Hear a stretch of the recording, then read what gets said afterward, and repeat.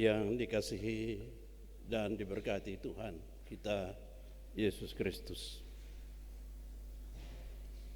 Perjalanan panjang perkabaran Injil di Maluku dan Maluku Utara sampai dengan hari ini, setelah 85 tahun melembaga sebagai Gereja Protestan Maluku, merupakan sebuah pengalaman hidup dan pengalaman iman yang patut untuk kita syukuri bersama. Sebab perjalanan itu penuh tantangan, ancaman, hambatan, dan berbagai permasalahan. Dan karena itulah Bapak Ibu, saudara-saudara jemaat, jikalau bukan Tuhan, tak mungkin kita ada sebagai gereja Tuhan sampai dengan saat ini. Jikalau bukan Tuhan, orang-orang Maluku dan Maluku Utara khususnya tak akan pernah mendengar berita keselamatan itu. Dan karena itu kita patut bersyukur karena kitalah adalah orang-orang yang beruntung yang kepada kita sesuai bacaan pertama Yohanes pasal 5 ayat 13 sampai dengan 21 dikatakan bahwa semuanya itu kutuliskan kepada kamu supaya kamu yang percaya kepada Anak Allah tahu bahwa kamu memiliki hidup yang kekal. Kita beruntung dan patut bersyukur karena melalui misi pekabaran Injil di zaman penjajahan, di zaman ketika Yosef Franciscus Saperus datang untuk memberitakan Injil, dilanjutkan oleh Yosef Kam dan kemudian oleh semua pelayan Tuhan, hamba-hamba Tuhan, para misionaris sampai dengan kami sekarang ini adalah memperkenalkan kepada kita siapa sesungguhnya Yesus yang kita percaya itu. Dan Yohanes katakan, kamu adalah orang-orang yang beruntung karena kamu mengenal siapa Tuhan Allahmu dan penyelamatmu. Dan karena itu pula lah kamu memperoleh hidup yang kekal. Paulus pernah berkata bahwa jikalau hidup itu Kristus, mati adalah keuntungan. Dan ia sangat rindu ketika ditangkap Yesus, mengalami perubahan dan pertobatan di dalam kuasa Kristus. Ia rindu untuk pergi dan tinggal bersama-sama dengan Kristus. Ia lebih rindu dan suka mati, karena baginya sudah menjadi sebuah keuntungan besar. Ia telah mendengar firman Tuhan, ia telah ditangkap Yesus.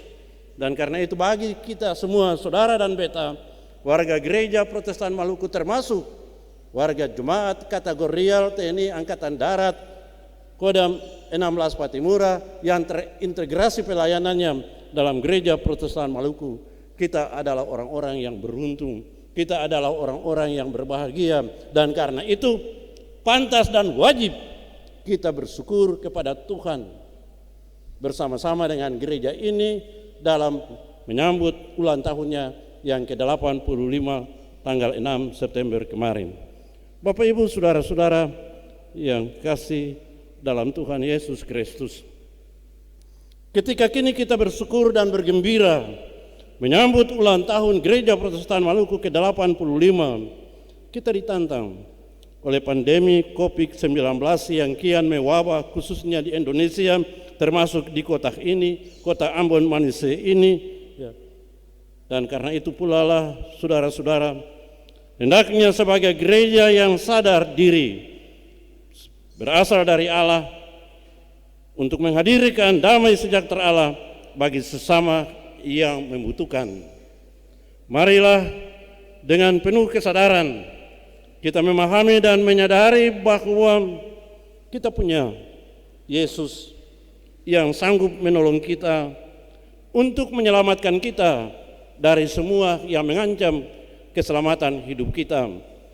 Tapi Yohanes mengingatkan kita bahwa sebagai orang-orang yang percaya kepada Yesus, kita harus memiliki keberanian percaya, yaitu bahwa Ia mengabulkan doa kita. Dan karena itu janganlah kita jemu-jemu berdoa. Hendaknya dalam menghadapi tantangan dan ancaman kehidupan ini, yang kita utamakan, yang kita dahulukan adalah berdoa. Dan kita yakin bahwa doa kita didengar oleh Tuhan. Yohanes menegaskan di dalam bacaan firman Tuhan ini bahwa jikalau doamu, doaku sesuai dengan yang Tuhan kehendaki, pasti akan dijawab. Dan kita akan mengalaminya secara dahsyat dan luar biasa. Oleh karena itu saudara-saudara yang kekasih dalam Tuhan kita Yesus Kristus, marilah di tengah-tengah tantangan wabah pandemi COVID-19 yang semakin mengancam keselamatan kehidupan kita, kita selalu tekun dan setia berdoa. Puji Tuhan bahwa Gereja Protestan Maluku menetapkan jam 8 malam untuk semua umat Tuhan di Gereja Protestan Maluku berdoa dan berdoa, karena hanya dengan berdoalah kita akan selamat dari ancaman virus corona COVID-19 dan berbagai masalah yang mengancam dan menantang dan menghambat kehidupan kita semua. Saudara-saudara yang kekasih dalam Tuhan kita Yesus Kristus, ayatnya yang ke-15 mengatakan, hendaknya kita juga sadar bahwa Tuhan yang mendengar doa, Tuhan mengabulkan doa, dan kita yang mengalami semua yang kita alami dan kita miliki sekarang ini adalah jawaban Tuhan atas pergumulan kita masing-masing. Dan karena itu hendaknya kiranya kita memberdayakan semuanya, memberdayakan hidup kita, memberdayakan berkat-berkat Tuhan yang ada yang kita alami ini sesuai dengan kehendak Tuhan. Sebab jika semuanya itu kita lakukan sesuai dengan kehendak Tuhan, kata Yohanes, doamu, doaku, doa kita semua tidak akan pernah terhalang. Bapak, Ibu, dan saudara-saudara yang kekasih dalam Tuhan Yesus Kristus, dalam bacaan ini juga kita dinasihatkan, jika di dalam kehidupan ini kita melihat, kita menemukan ada saudara kita yang berdosa, marilah kita berdoa. Mohon kiranya Tuhan sadarkan dia dan Tuhan selamatkan dia. Dan kita pun hendaknya memahami dan menyadari bahwa kita ini semua adalah manusia yang tidak pernah luput dari kesalahan dan dosa. Dan karena itu setiap saat, bahkan setiap ibadah seperti ini, dalam liturgi gereja ini, kita disadarkan untuk mengaku dosa-dosa kita. Dan Allah menginginkan seperti itu. Ada sebuah ketulusan dan kejujuran mengaku dosa. Dan ada juga tanggung jawab untuk memberi ampunan kepada orang lain yang mungkin telah bersalah kepada kita, seperti yang kita syafaatkan dalam doa Bapa kami. Ya Bapa, ampunilah mereka ya akan segala kesalahan mereka seperti kami juga. Jadi itu memberikan kepada kita tanggung jawab moral untuk memberi maaf dan ampunan bagi saudara-saudara kita. Saudara-saudara yang kekasih dalam Tuhan kita Yesus Kristus, dalam perikop bacaan ini juga disinggung mengenai ada kejahatan dan dosa ya, yang membawa maut, tapi ada juga yang tidak membawa maut. Ada juga dosa yang tidak akan terampuni, dan karena itu tidak perlu berdoa, yaitu apa? Berdosa kepada Roh Kudus.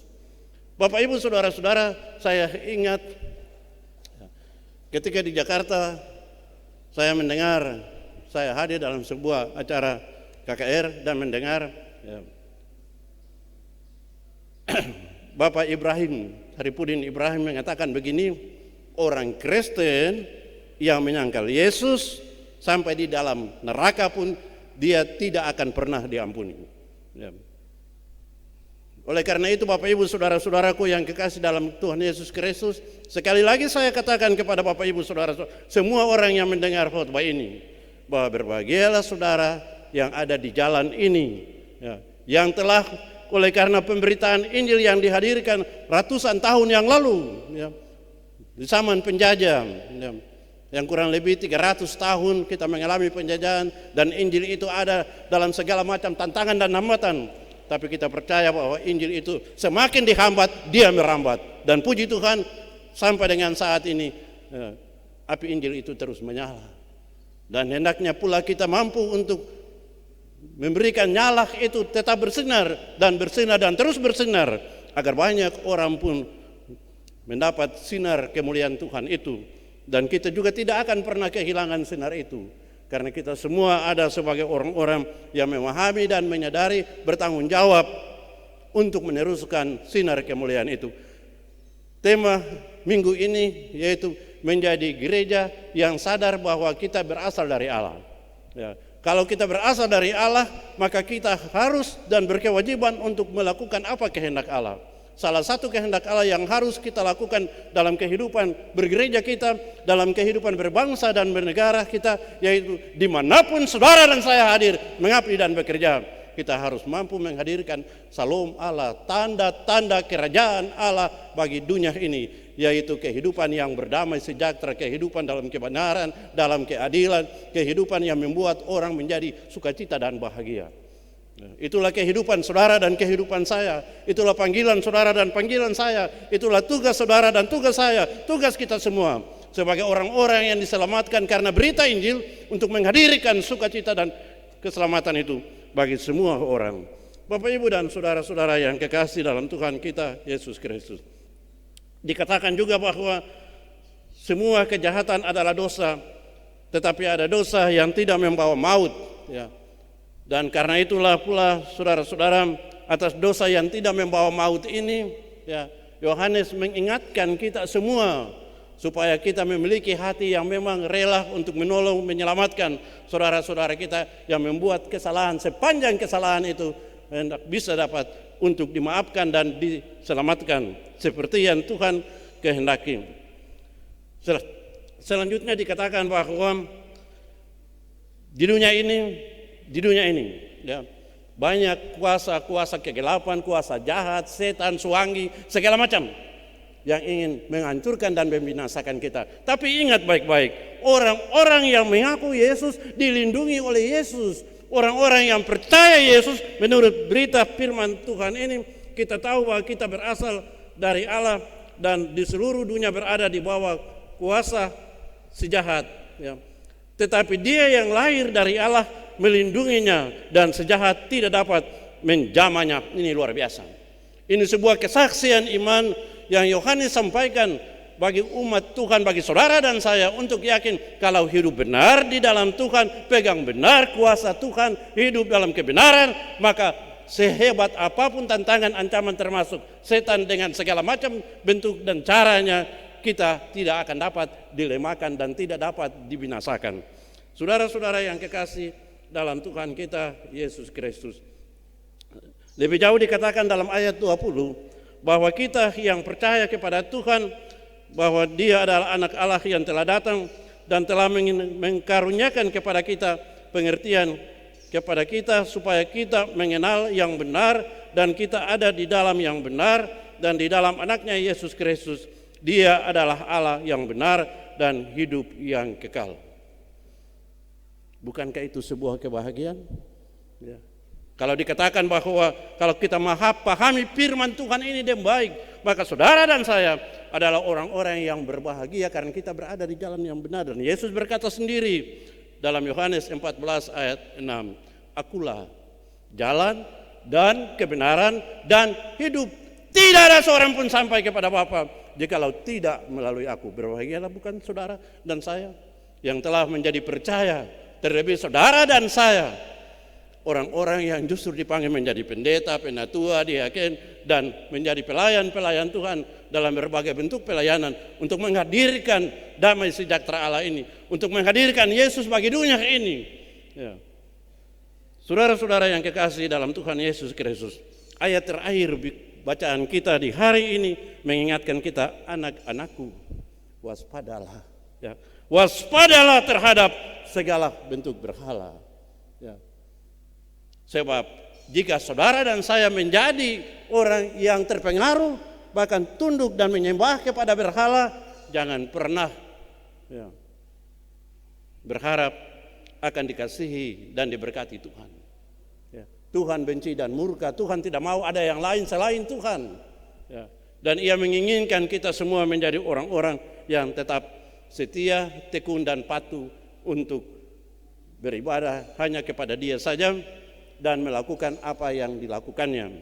Sejarah Israel yang nyata di dalam perjalanan Israel itu, baik yang disampaikan Musa, disampaikan Yosua, pilih sendiri. Hidup atau mati, berkat atau kutuk, itu tergantung kita semua. Apakah kita ada dalam ketaatan dan kesetiaan untuk melakukan hukum-hukum Tuhan, ketetapan dan perintah-perintah Tuhan. Hanya itu yang Tuhan minta. Jika kita tidak beralih dari itu, maka kita yakin kita tetap hidup selamat dan diberkati. Tuhan kiranya memberkati saudara dan saya. Bapak Ibu saudara-saudara, waspadalah terhadap berhala-berhala. Dan berhala masa sekarang ini juga lebih canggih lagi, ya. Ketika kita mempercantik diri dengan IT, dengan segala macam make up dunia ini, setan pun tidak kurang canggih untuk membenahi dirinya, membuat kita sulit untuk membedakan mana setan dan bukan setan. Dan itu bahayanya. Dan tidak sedikit orang, ya, yang kemudian menjadi tidak percaya, ya, menjadi murtad, ya, menyangkal Tuhan, ya. Dan karena itu saudara-saudara yang kekasih, bacalah Alkitab baik-baik, ya. Berdoalah setiap saat. Petrus katakan, ingat iblis musuhmu itu bagaikan singa yang mengaung-ngaung, berjalan keliling, mencari siapa saja yang dapat dihancurkannya. Mudah-mudahan sehebat apapun, seganas apapun, sepintar apapun seiblis itu, ia tidak akan dapat menghancurkan kita. Karena saudara dan saya tetap bertekun dalam iman dan terus berdoa dan berdoa. Tuhan memberkati kita semua. Salam.